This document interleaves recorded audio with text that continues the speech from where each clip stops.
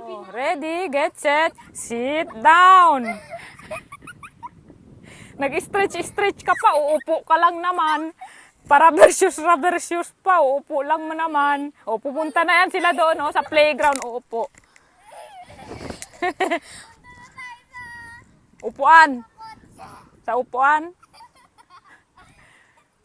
Saan? Sa gubat mo ako pa. Ano ako? Horse? Gubat, ay na. Ang baboy na